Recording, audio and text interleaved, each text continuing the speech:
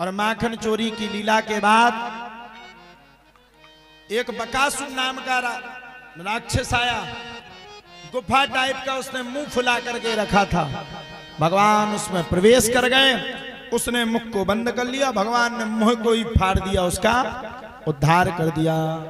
आगे भगवान ने कालिया नाग का उद्धार किया और कालिया नाग के उद्धार के बाद अब समय आ गया, कौन सा? अब समय आ गया दीपावली का। गरिमाणम से शोरगुणम नासे है गिरकोट भूमो निधायतम गोपी विस्मृता भार पीड़िता कथ्यता में पिता कोयम संभ्रमो वा उपागता किम फलम कस्य चोद्देश। भगवान ने सबकी लीलाओं को स्मरण किया और दीपावली के समय पर मैया ने बड़ा सुंदर पकवान बनाए थे। पकवान, अब बच्चों का काम क्या रहता है? जैसे ही माताएं कुछ अच्छे पकवान बनाती हैं सो बालक जाकर के उसको छुपा करके खा जाता है। वैसे ही भगवान ने किया।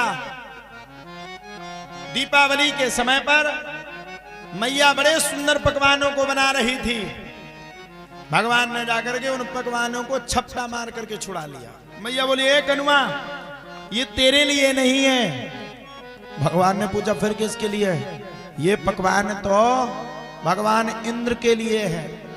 भगवान बोले, लो अब कर लो बात, साक्षात हम बैठे सो पूजनी नहीं और इंद्र को पूज रही हूं, कोई बात नहीं।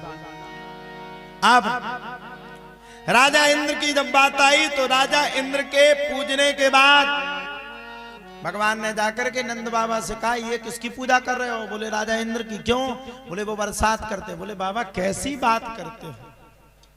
राजा इंद्र बरसात नहीं करता, गोवर्धन की कृपा से बरसात होती है। मेरी बात मानो, किसी के चक्कर में मत पड़ो, गिरिराज भगवान के पास चलो।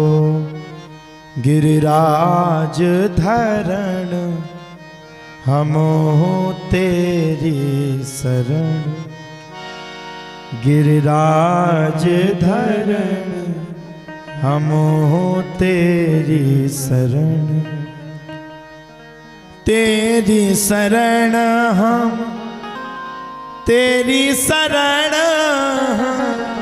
तेरी शरण हम, तेरी शरण, हाँ तेरी शरण ठाकुर, तेरी शरण, हाँ तेरी शरण ठाकुर, तेरी शरण, गिरिराज धरण हमो तेरी शरण, गिरिराज धरण हमो तेरी शरण।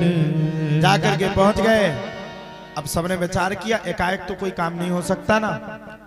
रात्रि भर सबने विचार किया और सुबह प्रातः कालीन सबने सर्वसम्मति के द्वारा कान्हा के दिए गए प्रस्ताव को पास कर लिया। 56 प्रकार के प्रसाद को गाड़ियों में लादा और 56 प्रकार के प्रसाद को गाड़ियों में लाद करके बाबा गिरिराज भगवान की शरण में पहुंच गए। बोलो गोवर्धन गिरधारी भगवान की जय हो। आइए हम और आप सभी भी भगवान गिरिराज की परिक्रमा करते हैं।